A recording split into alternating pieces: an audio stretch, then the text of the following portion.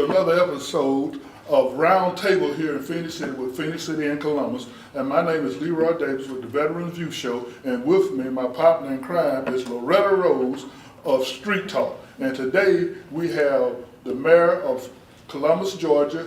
We have Sheneka Terry, yes, who is the acting DA for Columbus. And we have Miss Joyce Dent, who's the Assistant Chief of Police for Columbus, correct? Fitzpatrick. And I'm sorry I skipped you, Sheriff Countryman, but we have Sheriff Countryman also here with us. And Loretta? Thank you again for having me on. I have the honor of letting the community know about our Columbus guests. Phenix City, I would say. Phenix City guests. We have Sheriff Heath Taylor with Russell County and Phenix City. Thank you so much for being on again. Also, we have Police Chief Mr. Ray Smith, and he's filling in for Mayor Eddie Lowe as well. He wears a lot of hats. And also District Attorney-elect of Russell County, Rick Chancey. Thank you for being on as well. Very good, thank you. Awesome. So we are excited. This is kind of sort of a continuation. A continuation. Yes, of a positive dialogue that comprise our public service leaders in the Tri-City community. Yes, and I would like to say to all our citizens and viewers out there that these men and women, each one of them, you can walk up to them and talk to them. I think a lot of citizens think that they can't talk. If you can vote, then you can talk. So don't be afraid to approach any of these officials here today. And if you got a problem or issue, talk to them. They're human, and they will talk to you and let you know where they stand. And don't be afraid to call them. And we're going to get a little bit deeper as we get into the show about what your role is in order to assist our law enforcement personnel and our mayors in our community.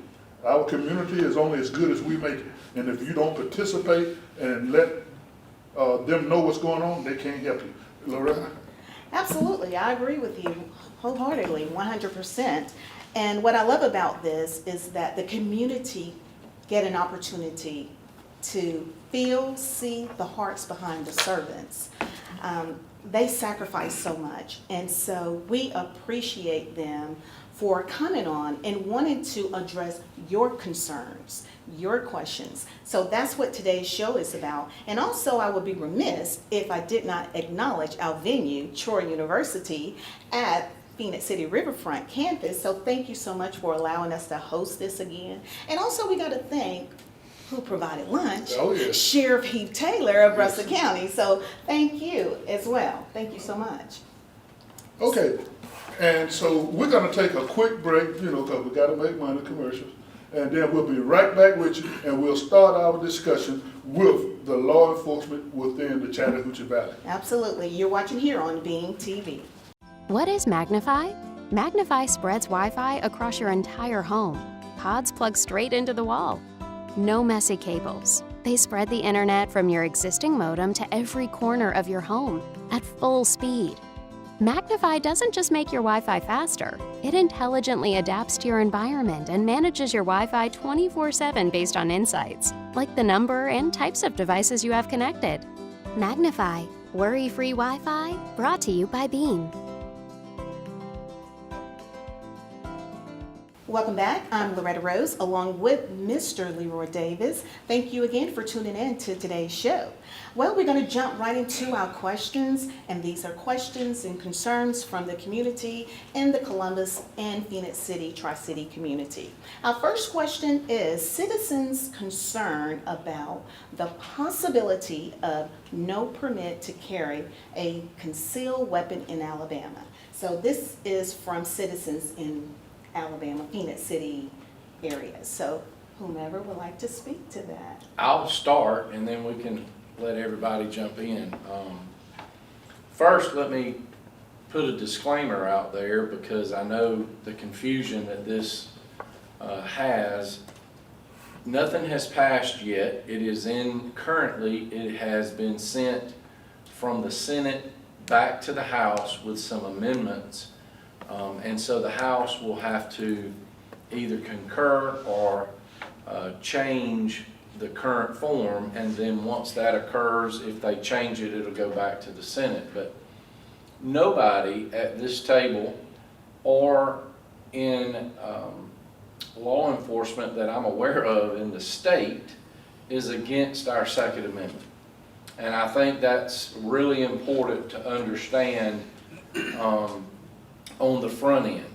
However, I think there has been plenty of case law that states that a state's right to enforce a pistol permit is not a violation of your Second Amendment. I personally have been in law enforcement 35 years, and I know that we have always had a permit to carry concealed in the state of Alabama. You can currently carry open in the state of Alabama and have been able to for many years. But if you choose to conceal a weapon and go out into the public, you have had to have a concealed carry permit. And so the legislature is considering removing that from the law, and I just am not for that process. I think that we already have a lot of gun violence that we're dealing with in our community here, as well as the state. And I believe that somebody needs to be looking at individuals as they apply for a concealed carry permit. In the state of Alabama, in the last 12 months, not Russell County, but the entire state, all 67 sheriff's offices, we turned down over 6,000 permits in 12 months. Those are people who have backgrounds that they can't pass. Those are people who have mental health issues that we're aware of. Those are people who have, you know, one thing or another that would not allow them to have a pistol permit. When you do away with that, you have a problem with the mental health community that's going to be immediately carrying weapons. And I know everybody's comment is, well, the criminal carries anyway. But currently, under our current system, I wouldn't disagree with that comment that the criminals are going to carry anyway, but what I would disagree with is that currently we have a system in place to deal with them when we catch them. When we catch you carrying a weapon without a permit, when we catch the criminal doing something, we're able to make an arrest, seize the weapon, take it off the street. Whatever comes in conjunction with that arrest, you will have also other stolen weapons, other stolen property, drugs, paraphernalia, all the things that come into play once a person is in custody and a search would take place. All of that is out the window. If you go to a system where you don't have to have a permit, then none of those things come into play, and you're going to have tons of stolen property not recovered that we typically do in a year's time. You're not going to have the cases made in narcotics that you currently can make.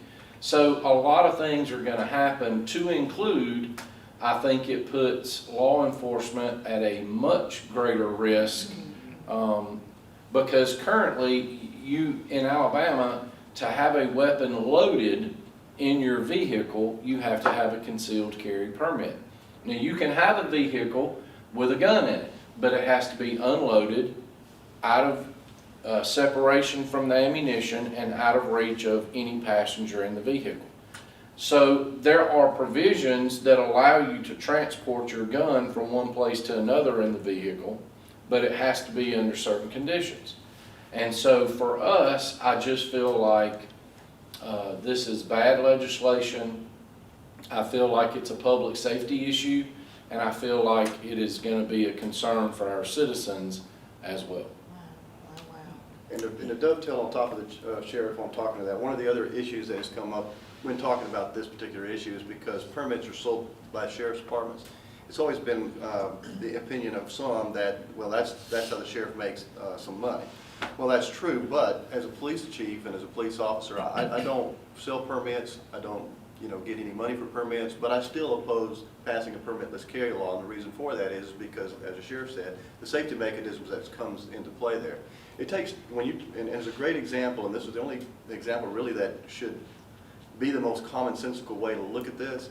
If I encounter you on the street because you sped or did just some other activity that you drew the police officer's attention, and I come to you and then you say, hello police officer, I'm so-and-so and I have a permit to carry, that automatically brings down some tension between me and this person, because that tells me that at the very least you've been vetted by the sheriff and you're probably a non-criminal, somebody that's just broken some simple law that's brought my attention to you. So I'm not concerned so much that you've got a gun anymore because you've already been vetted by the sheriff.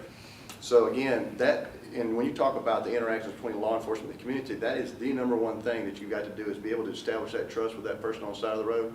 Because if I come to you and I ask you, do you have a weapon, under this new provision, I might even be able to ask that weapon depending on what law finally comes out of the back end of this. It's very important for me as a police officer when I confront somebody that I don't know to ask them some simple questions. Are you carrying weapons? Do you have drugs in the car? Are you wanted for some offense? Well, if you're taking away that one tool about weapons, that's certainly going to keep my tensions higher and probably increase the chances that there may be a poor outcome of that interaction. But just the simple fact of going through this vetted process to say, yes, I'm not a criminal, here, Sheriff, here's my documentation, I've got no arrest record, here's the guns that I want to carry, and then he issues you a simple card, a simple license, just like you use to drive. And then when you get stopped by a law enforcement officer, you declare that you've got this license. Again, that tells me that you're probably an okay guy, an okay gal, is somebody that's not out here doing harm to the community. But if you remove that one small thing, when I do stop somebody and they do have a gun in the car, plain view or otherwise, and you take away my ability to investigate that, 250 guns were stolen in Phenix City in the last 2 years. We've recovered about 40 of those. That means there's over 150 guns in the last 2 years that are on the street right now that are stolen. And that's not counting Columbus, that's not counting the surrounding communities. Those guns are all the way inside or out. And we recovered more than 40 from other jurisdictions that were stolen, Columbus, Auburn, Opelika, whatever. But if you take that tool away, those guns are going to stay on the street. They're stolen guns, they're not legally owned guns. But in other words, the only way that we can determine if they're legally owned or not is if they're in the hands of somebody with a permit, because they've gone through that background check. So that's just my 2 cents on that whole issue. It's just bad policy all the way around. I want to clarify one thing, just to be clear. The chief made reference to everybody thinks that's how the sheriff makes money. He don't mean personally. There's no personal money gained by permits. It is a discretionary fund that we buy equipment and train the deputies that money is used for, a portion of the money. Some goes to the commission, some goes to the training facility, and some can go for the discretion at training in schools and things like that. So I just want to clarify that there ain't no personal money made. And you did point out, you're probably being a little reluctant to this, but I'm sure background investigations aren't free. The personnel that cost to do those background investigations aren't free. The paper the license is printed on ain't free. So the nominal fee that you're paying probably barely covers the cost of that permit in the first place. That's my opinion as an administrator looking at how much money it really costs to get those things. So I'm going to add on to that real quick, and I know they need to talk, and you open up a can of worms that we could all talk about all day, I'm sure, but one of the things the legislature is saying is there's going to be this database that prevents certain people from getting guns. Well, the sheriff and I rode to Montgomery when we talked against this bill, and we thought of all kind of loopholes that are not going into this database. There's just people who are going to not be in this database that the sheriff would not issue a permit to, who will be able to carry a gun now. And this database, this legislation just hasn't been well thought out. All of the steps that need to be put in place to make it an effective background check and effective database they want to keep are not in place. They're a long way from being in place, and I don't know if they'll ever get there. So there's just a lot of problems that the sheriff can catch at a local level that this database is going to leave so many holes in.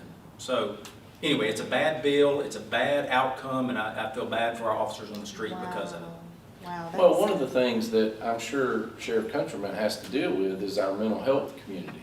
I would imagine that Columbus transports mental health people to and from the hospitals and to and from their evaluation processes, and so he knows, I know, who in our community is being committed, who is being evaluated. I know those things because our deputies transport.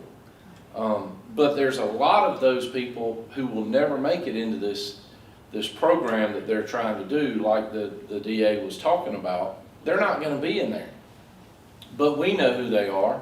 And so, you know, when you take it away completely and rely only on this one computer program that they're talking about, it's just not going to be effective. Wow. You guys have been very thorough with that. Columbus, have anything you want to say before we go to the next one? Yes. One of the things, and just to piggyback, because there, like the DA said, that there are so many loopholes and so many things that we can point out if we happen to dissect this whole legislation. But I was thinking here that that if we turn the light switch on and off, how fast does that light travel for it to go from day to night? Well, when you have a bullet, that can be calculated to travel in close proximity at that same speed. And our law enforcement officers are that they have to make split-second decisions. When that's coupled with people that are dealing with mental health issues, if they're drinking or using drugs, that makes it worse. And so you're asking an officer to make a split-second decision that will impact his or her life faster than light goes from light, from light to dark, from lightness to darkness. And so you're going to see more officer-involved shootings. While we're trying to build relationship, restore trust on one end, then we will have to deal with this on the other end. And so I'm like the sheriff. I believe wholeheartedly in the Second Amendment right for those to carry weapons and to bear arms, for those that are responsible. But there are some that don't need to be anywhere close to a gun. And I'm worried about that. Will this cause a mass exodus because of those that are in fear of being prosecuted for his or her actions? Because the public, no matter what happens, when it goes to the media and it's sensationalized, when it goes to social media and it goes to a whole different level, then, you know, do we go from being correct to being politically correct, and which one is going to outweigh the other? And so these are the things that we must honestly speak out about. And I'm not in favor of this at all. I believe that this will magnify itself into being the worst mistake, or one of the worst pieces of legislation ever made. This is not going to fare well at all. Wow, thank you for sharing that. I'm gonna let you go next because I know Mr. Chancey got to leave at a certain time. And this is for both sides of the river, okay? I want to know what your take is on the gang situation that we have, and they're trying to recruit our young people. And anyone can start out. Well, let me go, because that's what I live, breathe, gangs. And the Georgia Department of Corrections released about 6,000 gang members each year out of the Department of Corrections.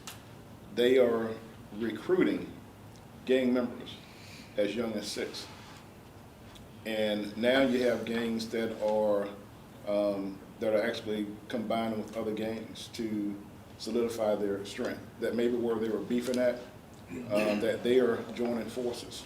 And this is why it's so important that we collaborate as agencies, because if the criminals are doing it on the outside, we need to be doing that on our side as well, in which we do that pretty well. But we need to understand the level of threat that we're dealing with, because this is not just a group of kids that are in the backyard and all of a sudden they want to name their gang after their neighborhood. No, we are dealing with people that will shoot back at you. You know, because the number of guns that are stolen, the number of guns that are coming into our community is making what we do a very dangerous job. You know, I had a sergeant that was shot at last weekend. These young men are not thinking, young men and young women are not thinking about life. And I think that one of the things that is missing, that we have to go back to what we've abandoned. and that's values. That one of the biggest downfalls that is not in the home is teaching the kids about responsibility. If you want to weigh a child down, give them responsibility. You know, when I was 6 and 7 years old, I was cutting grass with a lawnmower, gas can, and a rake. When you take responsibility off of a child, when you take values off of a child, the child is going to run wild, the child is going to do whatever he or she wants to. Their influence is not in the home place anymore. Their influence is not in the church place anymore. It's not in the school place anymore. It's amongst their peers. And so when we look at what they're watching, the games that they're playing, that's where the greatest influence is coming from. And so what we see today, as Dorothy said in The Wizard of Oz, she told Toto, we're not in Kansas anymore. We're not in the place that we used to be. And so the Bible says that we are in critical times, hard to deal with, which means that we must make critical decisions for the time in which we are dealing with. And a lot of this that we see is beyond what the genius we see here in the room can do. Our intervention, we have to look to the hills which cometh our help, for all of our help coming from the Lord. And that's one piece that I think that we're missing in these difficult times, is that we can't get out of this if we do it this way. And so, and that's why the clergy, us being able to partner with the clergy in the community is so important, because we have to have that extra layer to actually guide us through this wilderness that we're in. But the gang culture is real. It's not going to go anywhere anytime soon. And if we can get out in front of it, we can sort of interrupt it from morphing into something that we can't handle. But I think that right now, with the resources that we have, the passion that we have, passionate DAs, passionate law enforcement officers, passionate mayors, passionate governors, we are going to get out in front of this. But we didn't get here overnight, and it's not going to take us overnight to get out of it. So we have to be persistent. We have to be relentless. We have to be intentional and resolute in what we do. Awesome. I can't say it any better than that. Well, I can't either, Awesome. but, Well Mayor, said. I'll try. I think, and I'm sure Eddie would agree with me, I think the challenges from the government side, general government side, is try to provide resources to our law enforcement officials so that they can take care of the enforcement piece. The challenge, as you pointed out, is this recruiting cycle that these gangs go through, and it's never ending. And so it's difficult for governments to try to put funding towards organizations, towards programs that are going to instill the kind of values that the sheriff was talking about.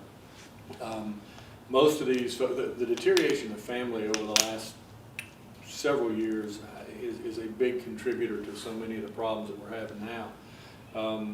And you know, the challenge is to try to engage the community.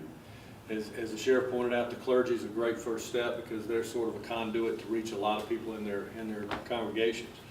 But it's got to be a consistent and committed approach to trying to provide alternative solutions to these kids. We've worked really hard on creating job skill academies that are allowing people to graduate straight into a job, not just a job, but a career, something that's going to pay them enough where they can live a lifestyle where they can support a family and afford a car payment and buy or rent a piece of property.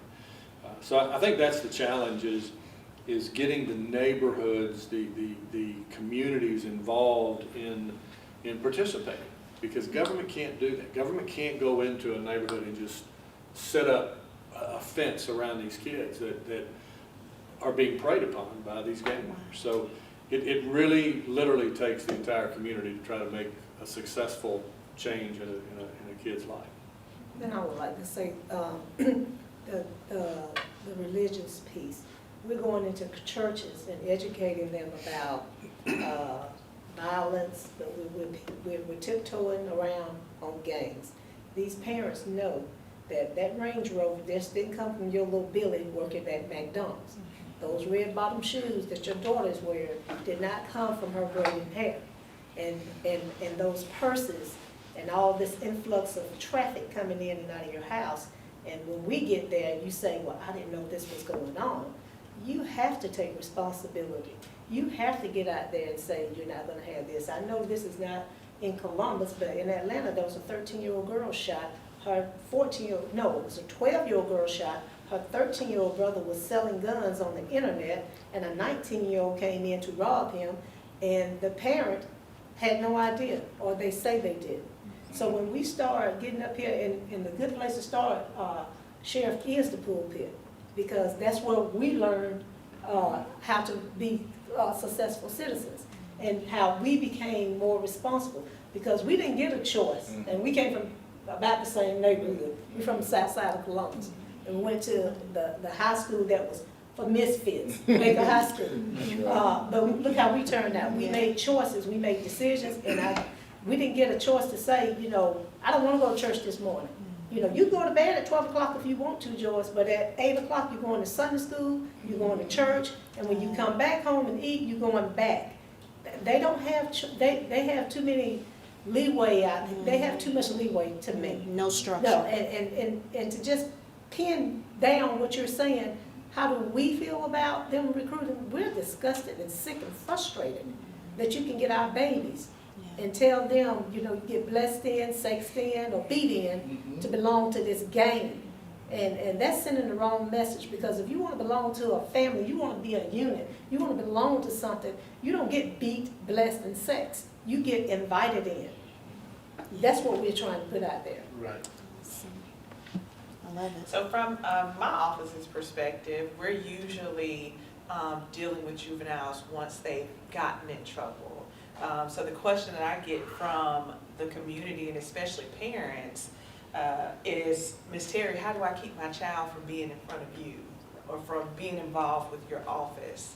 And my number one response is accountability, what they've all been saying, because of course if we could parent everyone's children, and I just had my first child, I know how hard it is to raise children, but if we could, we would, but we can't.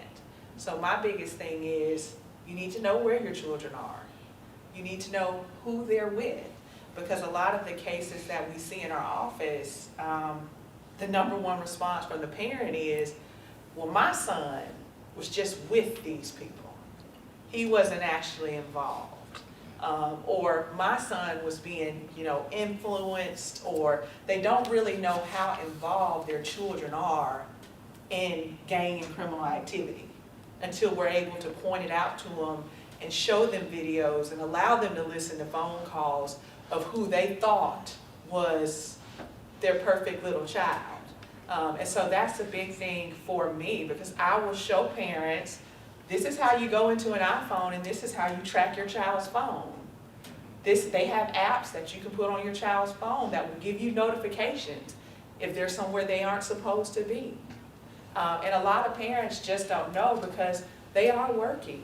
It costs a lot more to live. It costs a lot more to raise children at this point. And so even if you can't be at home, even if you can't be in the neighborhood to watch them 24 hours, 7 days a week, there are apps, there are resources that you can use to at least try to monitor your child the best way that you can. Because I understand a lot of parents, especially younger parents, are struggling to try to make ends meet and, you know, be responsible for their children at the same time. So I just want to help them with resources because we don't have to deter after a case is made if we can prevent before they even get involved with these individuals. So. Could I add one more thing to Yes, that? And one thing that I notice that we do a lot is that we put enormous pressure on women. When a child gets in trouble, the first thing we say, where's your mother? Right. Where's your mother? We never ask the child, where's your father? And so when you have single parent households, and because it's like we're taking the responsibility off of the man, and all of a sudden we're putting it on the woman, because the woman, and if we look at what women do right now, if I could invest in any commodity right now, if it was a commodity rather, it would be a woman. Because of the work that they do in the household, they try to keep it together. They're going to work, working 2, 3 jobs. But we're taking a lot of responsibility off of the males and the fathers. And when we have a lot of fathers that may be incarcerated or they are not in the lives of the children, and this is why we really need to have programs for fathers and teaching them how to be responsible fathers, teach them how to be men, teach them responsibility, because we have to get back to the point of holding our men accountable for things, because you can't just make a child and then you abandon that child. We have to go back to the value system that we abandoned. And these are the hard conversations that we have to sit down and have. We can't tiptoe around things because we're too busy being politically correct rather than placing the skunk on the table. And that's what we have to be as a society. We have to be a bold society. We have to have the courage and the fortitude to call it like it is. Right. Okay, great. Would, any of you like to respond to that? So we, at the DA's office over here, Mr. Davis, who is still currently the DA, had started something that is working its way around the state, Helping Families Initiative, picked up on that, and I spoke briefly with Loretta about that back at Christmas, but we are trying to put services within the school system and identify children at risk in the school system who look like or acknowledge that may be headed toward a gang. We're trying to be able to identify those kids and try to provide some type of intervention soon. Good. So that, I mean, we've had just stories coming out this week through the police department. There are cases where very young children are getting wrapped up in very bad activities, and they're somewhere they shouldn't be, or there's things going on that shouldn't be going on. And if we can identify them in school and help the parents, help mom, help dad, whoever grandma, granddad, the family, find some service to get this kid involved in something other than a gang, give them an alternative. So anyway, that's something we're working on to try to be able to identify our at-risk children sooner and try to come up with ways that we can get their attention and get it away from the gangs and break that connection that they have so that the gang isn't where they reach out to for something to do. So that's a direction we're headed in.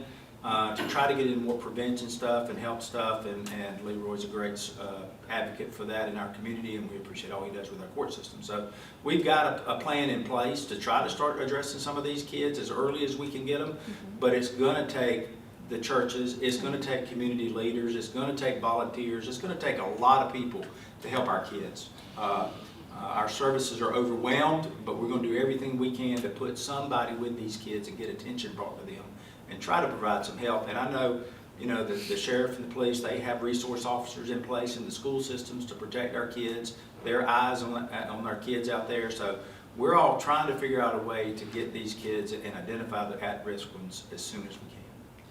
Well, you know, and I'm so glad you shared that. Before we go into the next question, or before we take a break, there may be parents watching now and want to know, what can I do now?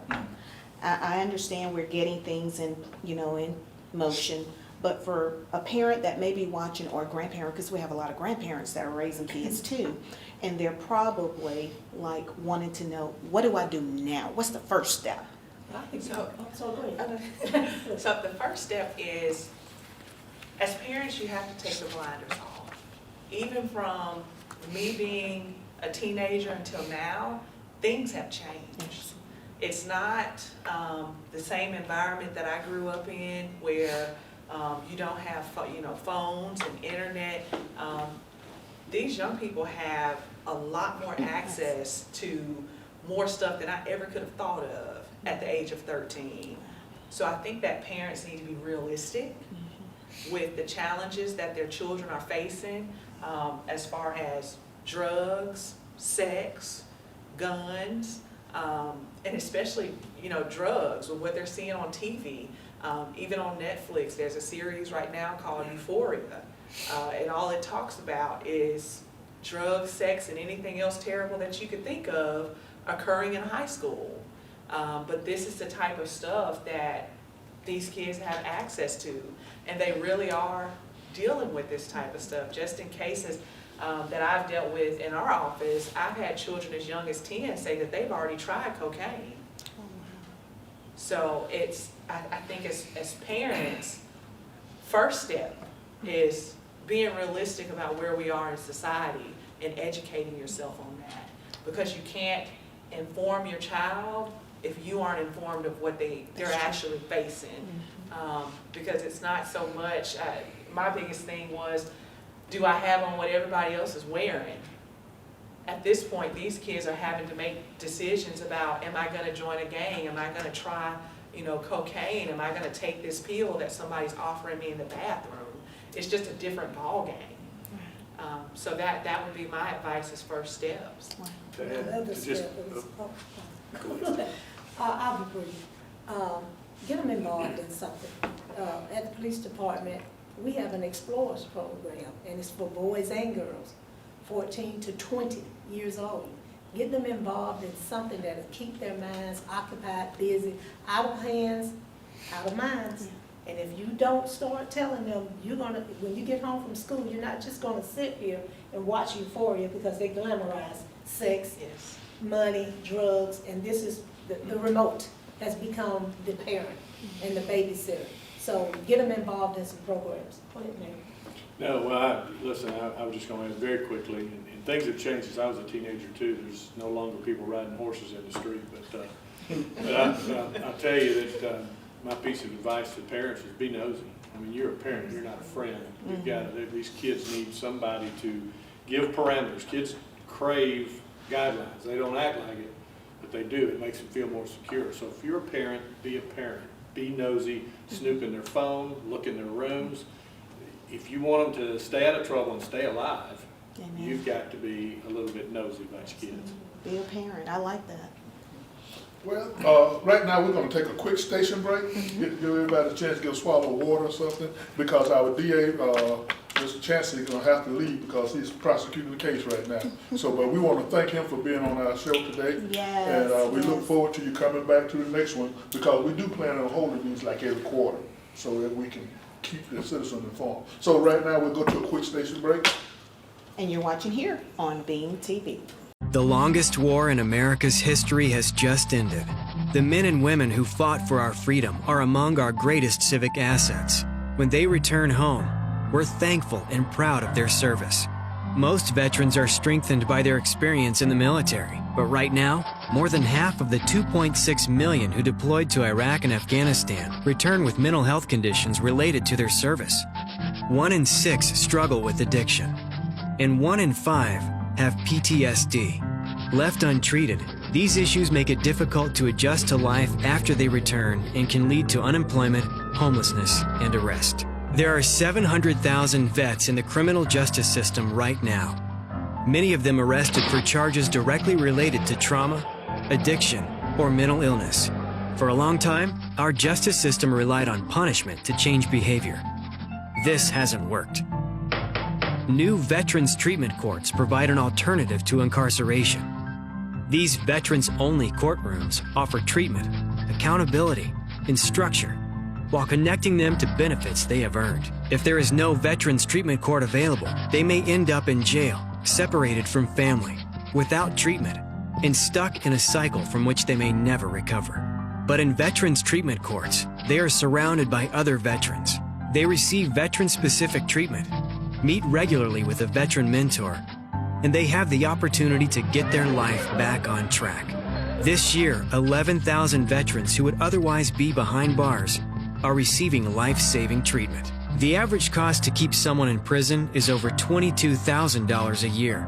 If the veterans who need help had gone to jail instead of treatment, the bill could have been $248 million. And those that go through the program are less likely to be rearrested.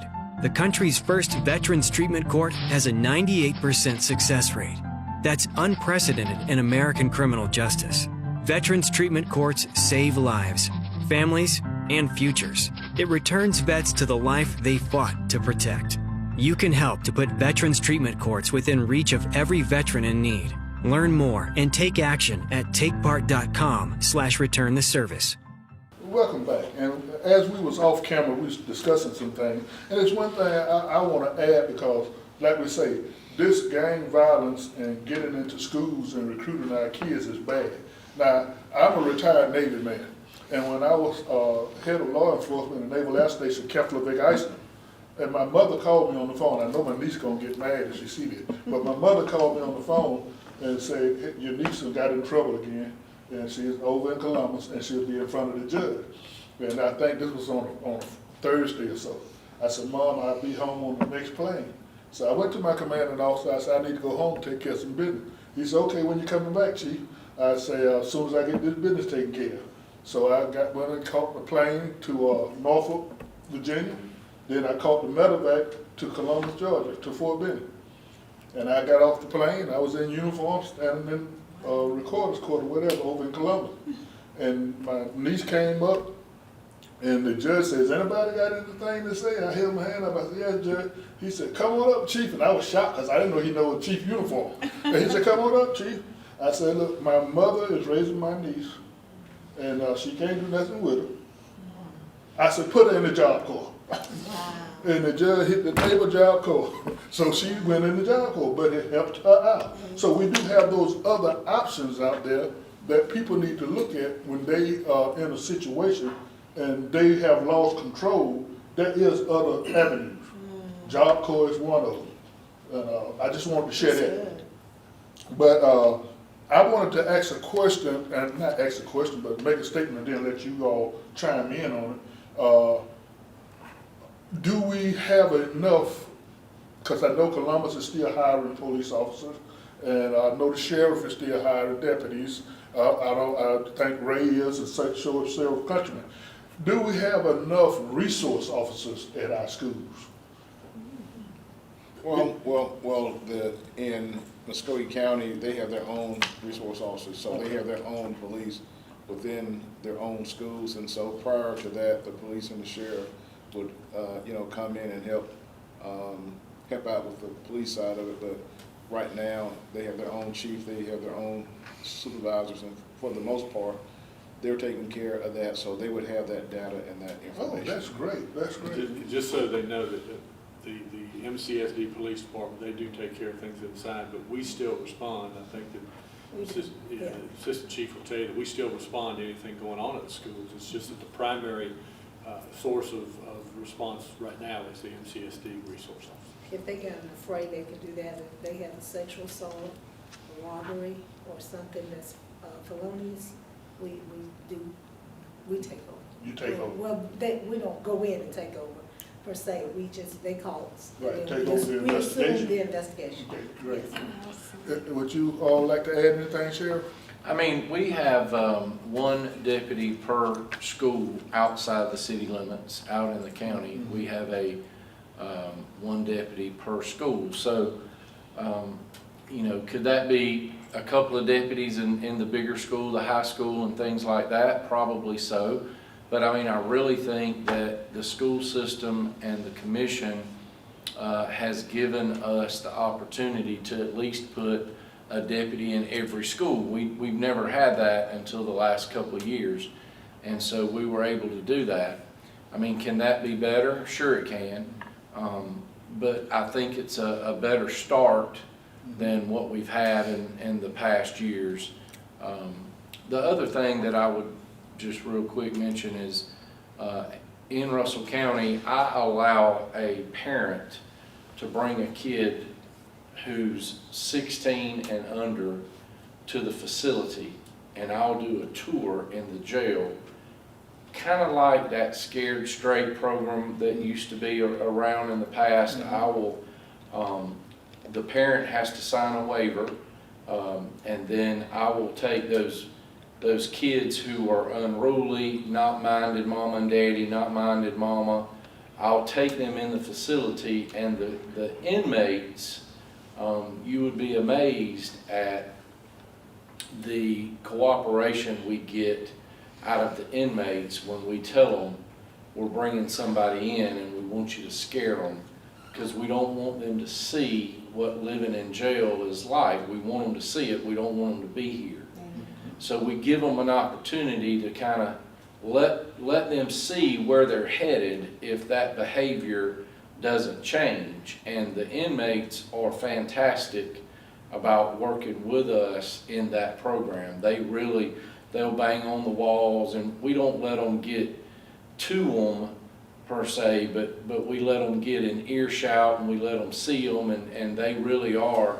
By the time they get back to mom and daddy, they're crying, they're scared to death, they're not wanting to go back in there. Sometimes it helps, sometimes in a month they'll be calling me again, and so the bottom line is it typically helps with the children who are below 16 and under who have never gotten in trouble yet with the law. The ones that have already been in trouble, that's not going to help them. Some of those kids that you're dealing with, time in jail gives them credibility in the gang. So it doesn't help them from that perspective. So it gives them street cred. Yes. Yeah, and from the Phenix City standpoint, yes, we have school resource officers too. We feel like we've got enough to cover what we've got now. We've got a good school system, obviously, like the county. We don't have one in every single school, but we do have one at the middle school starting at 6th grade. So from 6th grade all the way through 12th, we do have officers in those schools. The elementary schools, typically we have an officer that goes around, checks on them, and just keeps them at least so we make sure we do security checks every once in a while, make sure that those are good. But in Phenix City, we've had a robust program for a number of years, probably 20 since I've been here. We first wrote a grant, put the officers in the school back that far along. Certainly it's grown into that. We haven't gone to the Muscogee County School model yet, but certainly it's something that we should consider and look at, because that gets those officers in that school all the time. Typically in Phenix City, for example, I'll have 3 to 4 years an officer will be assigned to a school, and I like to try to move them with the grade group. For example, I'll start an SRO in grade 6 and 7, and then try to move them to the middle school or 8th grade, South Girard, and then to the seniors, to the high school. And what that does is that officer is then able to build that relationship with those kids all the way through their school career. And they have good success with those officers then having that relationship, and they can come to that officer and ask for, not just law enforcement issues, but just life issues, and what's it like to be in that world, because these are the things these kids are trying to figure out. They're in school, what's it going to be like in the real world. I really appreciate, and to speak to the mayor's point, and I don't want to speak to Randy Wilkes or even Dr. Cooley or even Dr. Lewis, but I know all of those superintendents that work really well with us in law enforcement all the way through Columbus and Russell County, Phenix City.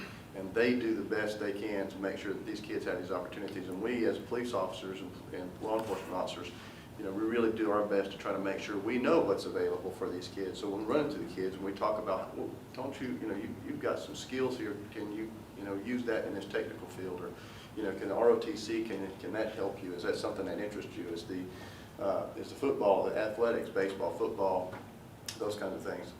Where are your interests as a kid are, and what can we do to help further that program? So we're making sure these, because really it's a competition between the gangs and the opportunities that will be available to them.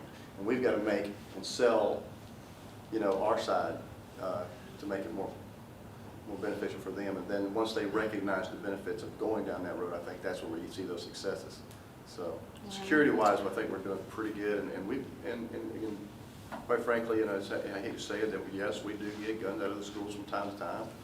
Just this week, we recovered a gun out of the school, but that's why the officers are there, to get those guns before they become a problem. So make sure that those guns are taken off the school campus. Everybody knows you can't take guns to school, but BB guns make it to property sometimes. Real guns make it to property sometimes, but we try to intercept that. That's done through intelligence. That's done through knowing who these kids are, talking to kids, building relationships to make sure that they feel comfortable in telling us whenever there is going to be a problem.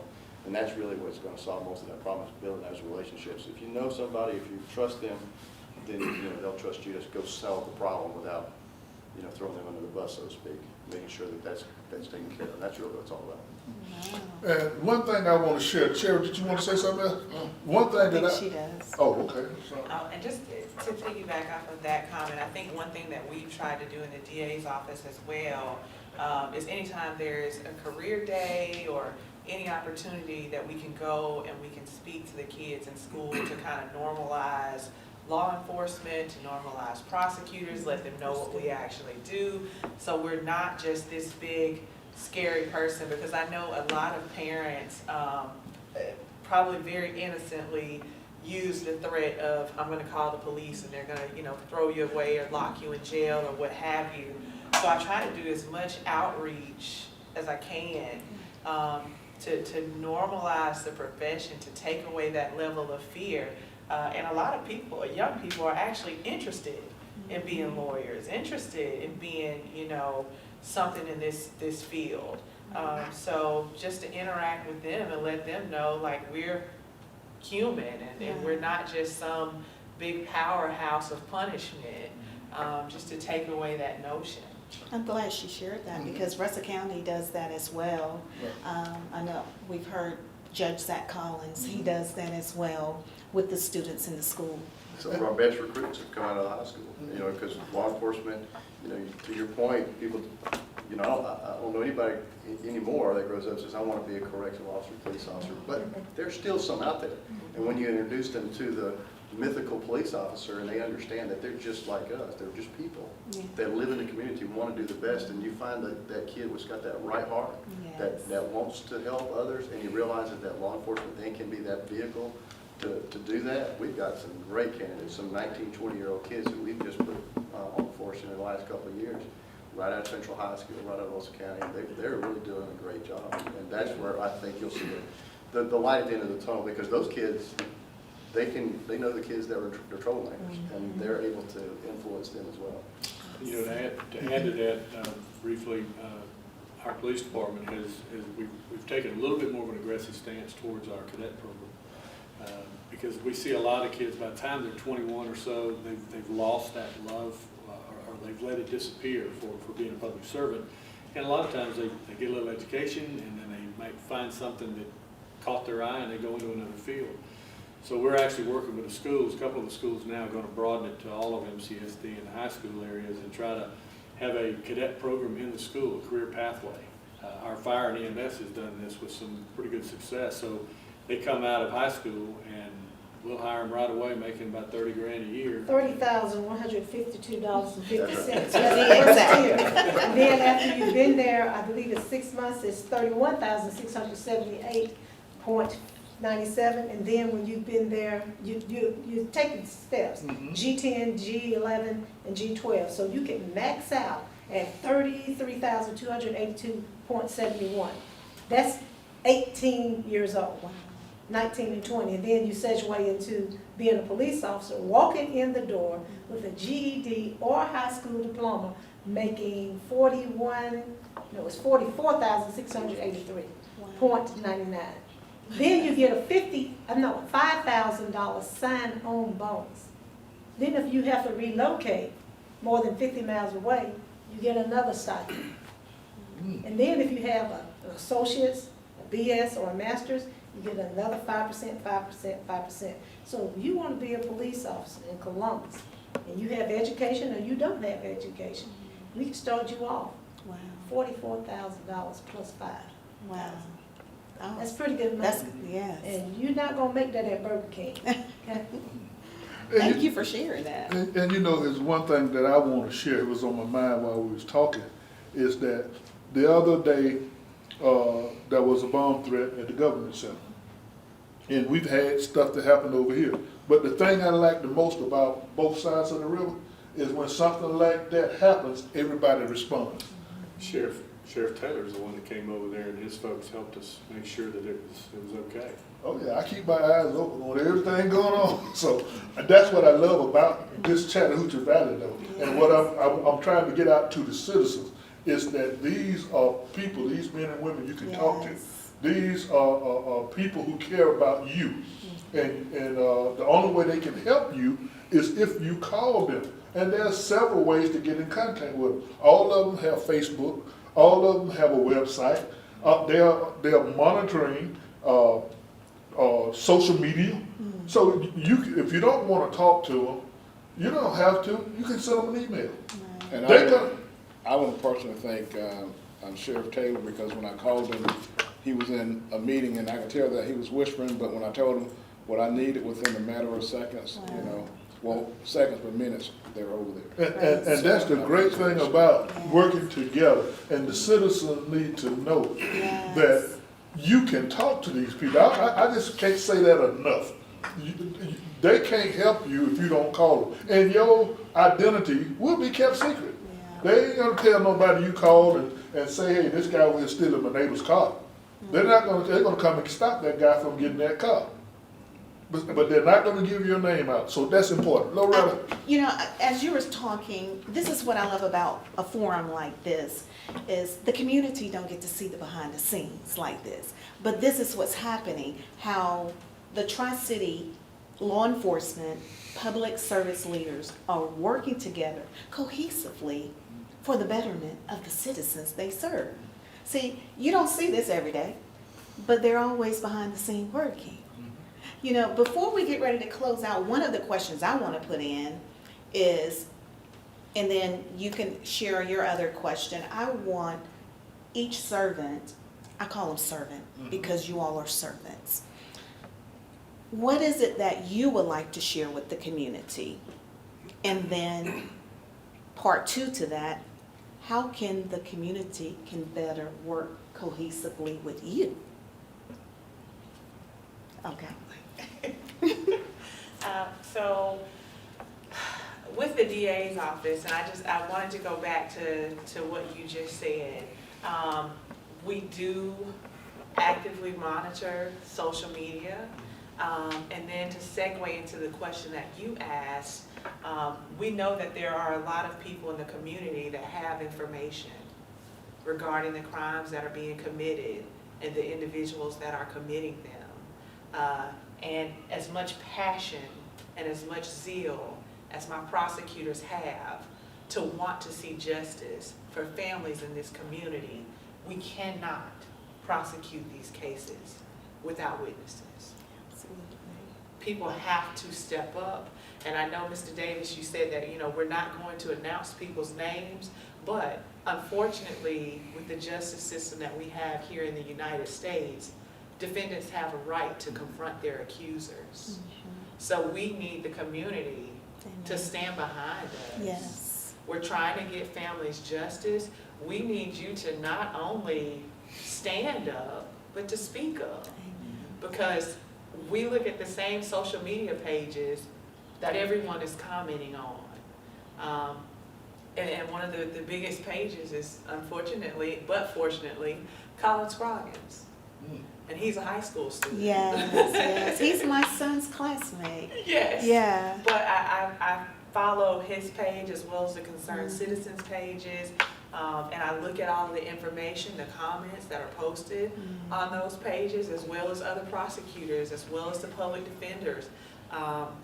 We look at all that stuff. So we know that there are people out in the community that have information on these cases. You have information that could assist us in prosecuting these cases and getting convictions. If you are out there and you know you have information on a criminal case, especially with the continuous gun violence that we are experiencing in Muscogee County, I am asking you, I am begging you to come forward, to contact our office, because the only way that we're going to get out of the situation we're in right now is if the community stands with us. Amen. So the city manager wants us to get better. I know the mayor wants us to get better. The sheriff's office, as well as the police department, is investing a lot of manpower, a lot of finances in addressing the gun violence problem that we have in Muscogee County. But the part of it that we're missing is citizens that are willing to come forward and do the right thing. Absolutely. Well said. To dovetail on top of that, there's an old saying in law enforcement that the community will only allow you to enforce the laws that the community agrees with. Well, with that goes also that the community will only allow the amount of crime that the community is willing to allow. And when we, as a community, get to a point when we're not going to allow it anymore, that's when the community will start speaking up. So to your point, that's really going to be the goal here. We work cases on a daily basis where victims are shot, they say they don't want to prosecute, they know who shot them. We know when children are injured, sometimes we get a little bit better cooperation, but even that sometimes is problematic. Only whenever the community gets to a point where they are not willing to live amongst the violence of crime and they start talking, that violence and crime will start to dwindle. But that's gonna be the breaking point. The community's got to know that. Just like we as law enforcement know that we're not allowed to enforce rules that the community is not going to support us on. If you're not talking, you're supporting the criminals. And when you get tired of supporting the criminals, you'll start talking. I'm gonna say, we had a sidebar talk before everybody got here, me and Mr. Leroy. We were talking about what a real snitch is. And our public needs to be educated on what snitching really means. A snitch, and you gave a prime example, a snitch is you and I robbed the bank. I got caught. You didn't. And I told on you. That's the concept of a snitch. Now, if this baby out here gets shot and you saw it, or grandma gets shot and you saw it, and you tell law enforcement, that is not snitching. Exactly. That's being a concerned citizen to help us help you keep your neighborhood safe. We are also implementing, we went to City Council yesterday, and I have to thank you, Mayor and City Council. They approved a gun buyback that we're implementing. I believe we're gonna try to do it this month. We're giving gift cards. I did some comparison and analysis with surrounding cities here. Atlanta had a gun buyback. They gave $75 for non-working guns, $100 for working guns. And like you, Sheneka, I went on social media. That's how we find out stuff. The citizens were laughing and joking. You think I'm going to come in and give you a gun for $75 or $100? You got to come, and the word was way higher than that. Went down to Albany. Well, I looked at Albany, Georgia's Facebook page, and they gave something comparable to what we're trying to do. I believe it's $250 gift cards. I believe that's what it is. Don't quote me on it. But that's a little bit more of an incentive for somebody to come in and turn their gun. No questions asked whatsoever.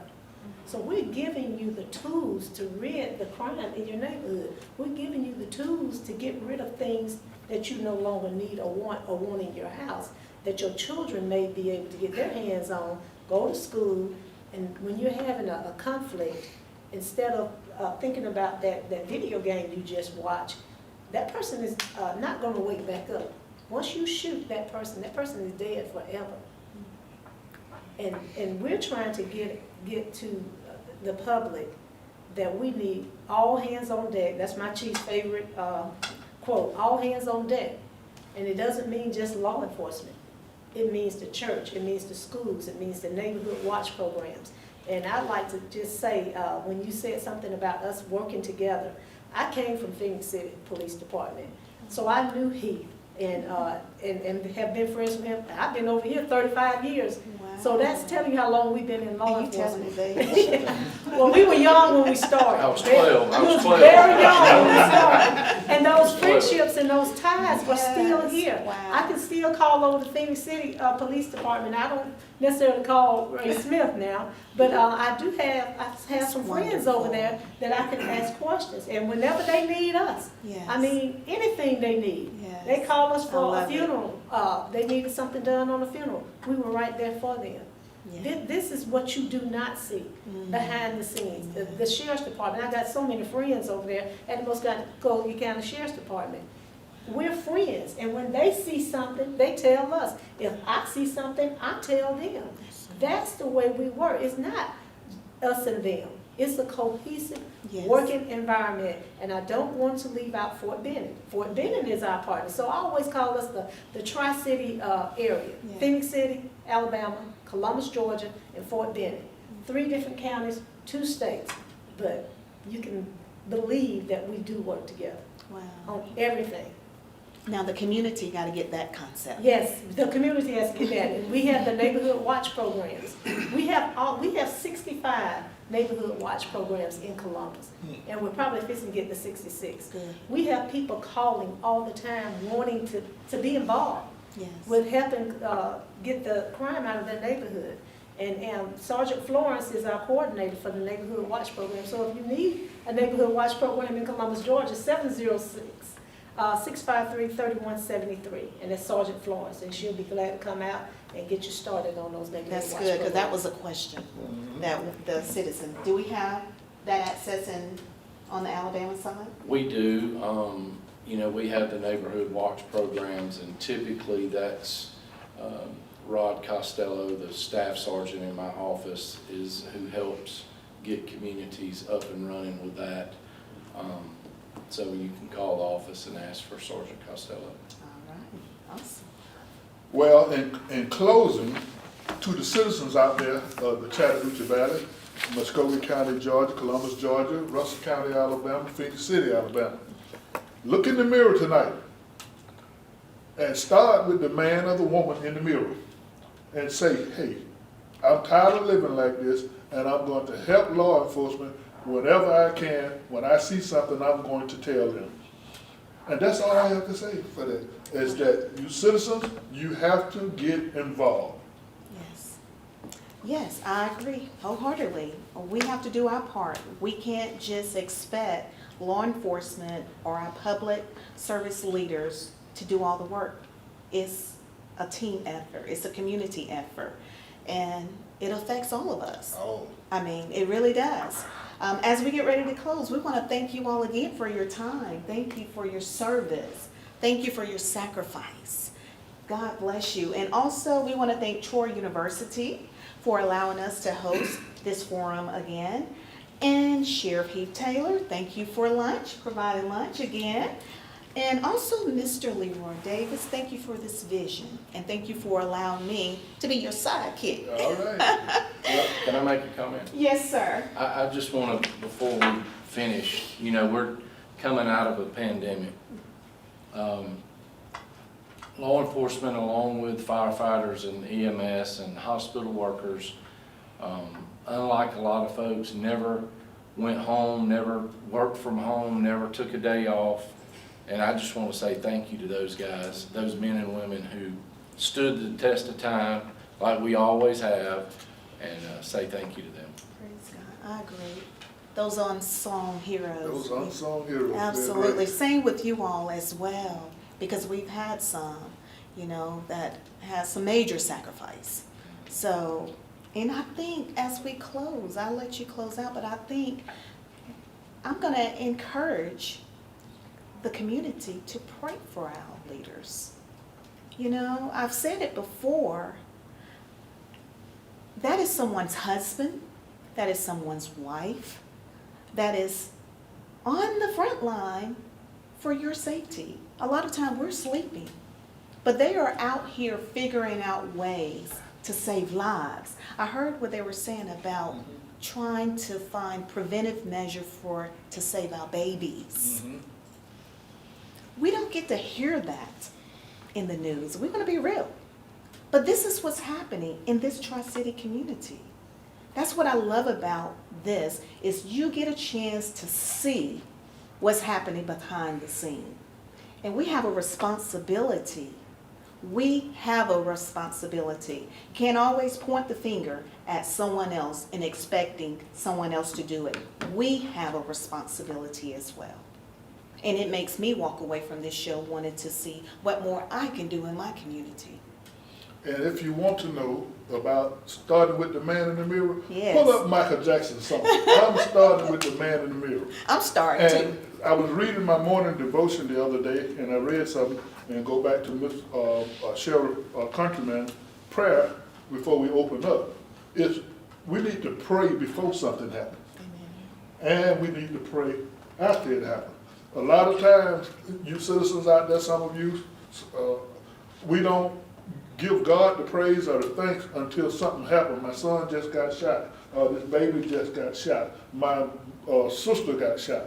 Look, if we pray unceasingly, then we can stop some of these things. But we've got to go back, as Sheriff Countryman said, to our roots, how we was raised. You know, I'm a country boy. And just like you said, I had to go to Sunday school. I didn't have a choice. I don't want to go to, you get a beat down if you don't want to go to Sunday school. And you didn't talk in church, because your neighbor would slap you in the face. Shut your mouth, the preacher's preaching. So we got to get back to the basics.